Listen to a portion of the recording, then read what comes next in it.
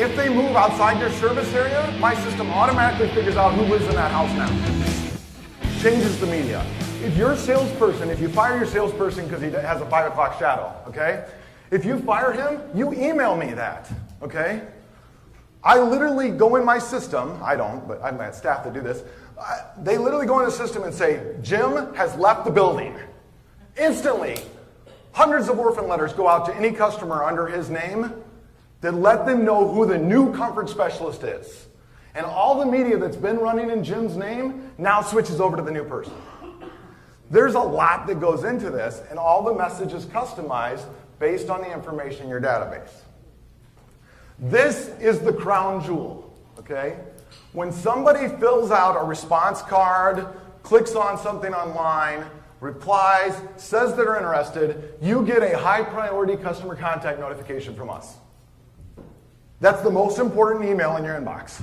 Maybe except for the president of the company sending you an email. But this is your past customer saying, hey, I got a name, I gave you a referral, and by the way, I want you to call me in regards to a furnace. This is what we do. This is what we're good at, right? So we're doing database marketing to generate leads.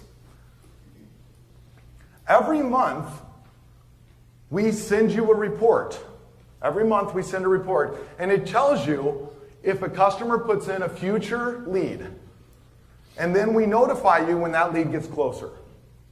We're also telling you what media we sent out to which customer. We send everything back monthly to you. So our programs include postage all 3 ways. We send the postage going out, we send the postage, we pay for postage coming back, and then we send all the print mail back to you every month so you can review the information. Empower is our web portal, okay? Your salesperson can see his customers, the other salesperson can see his customers, and it's a pyramid. And the president or the senior management of the company can see down anywhere they want. So the salesperson can't try to steal leads from the other salesperson, but the owner of the company has full control over the customer database, okay? It's a very complicated system, but I can assure you your salespeople will never log into it. They just won't. I speak from experience. The president of the company will. Salespeople will never log into it, even though it's available to them. Okay? What are some things that we send out? We send out letters from the president of the company. We send out warranty certificates if they buy new equipment. We send out thank you cards. All of the media that we send out has this thing attached to it. This is customized per company, okay? We're highlighting your services. Do you guys know that whatever you sold your customer, they don't know that you do other things? It happens every day. They will literally call you and say, do you know a good plumber? We do plumbing. They don't know that you do that because they thought that you installed the furnace in their house. Understand, showcasing all of your services on every touch point is extremely critical. And I don't care if there's 20 contractors in a 3-mile radius. All 20 of those contractors offer different services. So let's make sure that your customers know what all the services are that you offer. And by the way, if they're a little tech savvy, they can type that in their computer, click on their smartphone, and they'll see the same thing online. If they check this on their phone at 10 o'clock on Sunday night, you get a lead at 10 o'clock on Sunday night. It's instantaneously online. If it comes back through the mail, then obviously we key it in and get it to you within an hour, right? So understand how that works. I'm so sorry, I forgot to come back to you. Did you have a question? You said that you look at our customer database, but how do you know all of the information about when we saw them last time, or how do you get that information?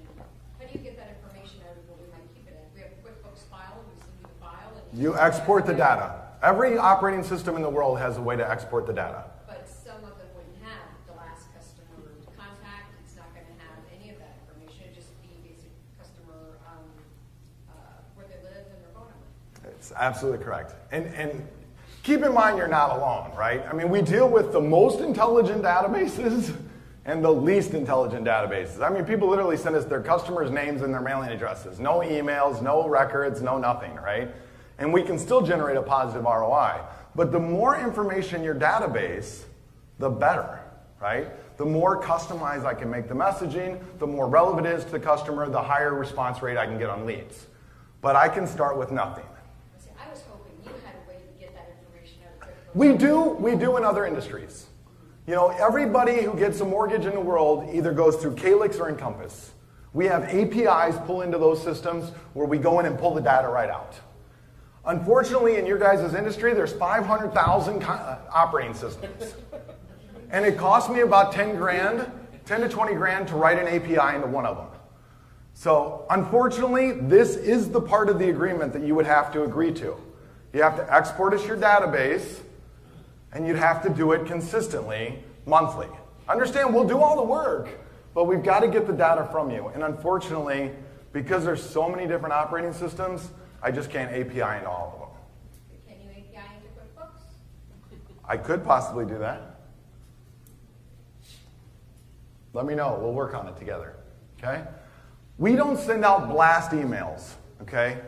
That's the fastest way for your customer to unsubscribe. Go ahead, blast your database 2-3 times a month and see how many people start unsubscribing. We get less than 2% unsubscribe from our emails. But we're not blasting them. We're sending them a personal email from the salesperson or the CSR that they worked with. It's a customized message. It looks like somebody typed it. Keep in mind, we're doing it all for you. But the customer can reply to the email, let you know about their friend or family that needs service, what other services they want.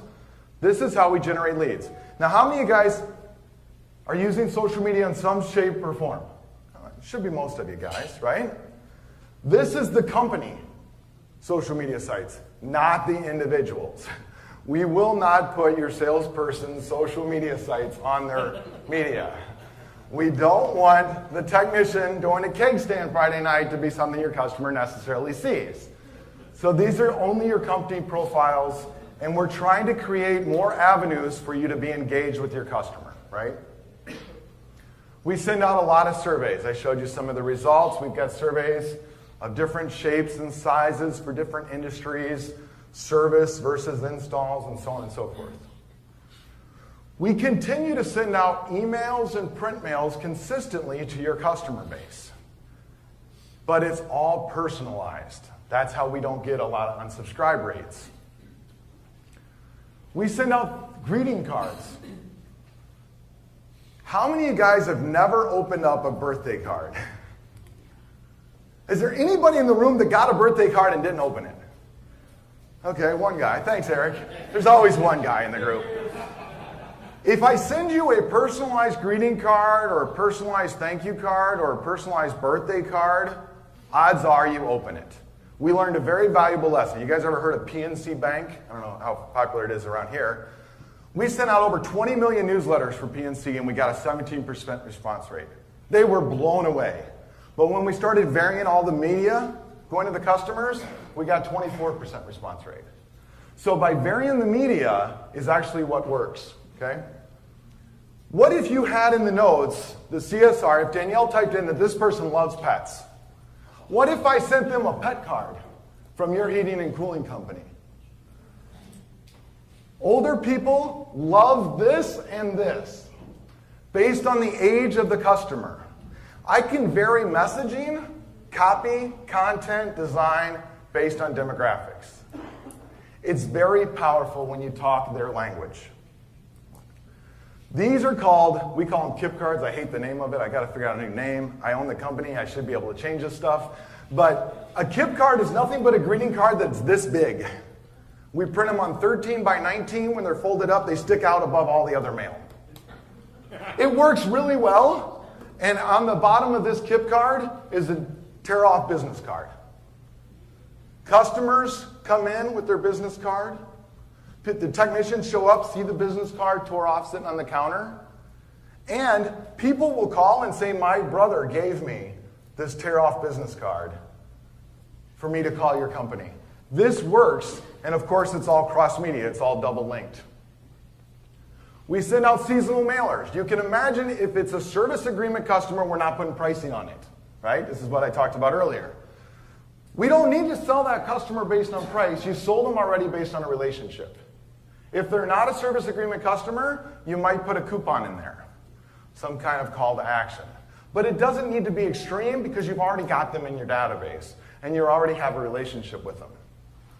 We send out e-cards, okay? The e-cards go to the customers, and by the way, there's that little link in all of the e-cards, and that link goes to that online lead form, online request information form. They click the button, it automatically sends you an email, okay? After 2 years, if you do installs, 2 years after the install date, we send out an evaluation survey. People, when they give you $5,000, they don't want to spend a lot of money with you for about 2 years. They just don't want to give you another $1,000 for a couple years. So we send this out a couple years after the install date, trying to determine what their future buying habits and plans are. Okay? Does that 2-year thing, does it also ask if they're still happy with what they purchased from you? Yeah, it gathers a lot of information. Yeah, and sometimes if we market to a customer, like an old customer that hasn't bought from you in a while, we'll send out an evaluation survey and try to find out why they stopped buying from you. There's a lot that we can do.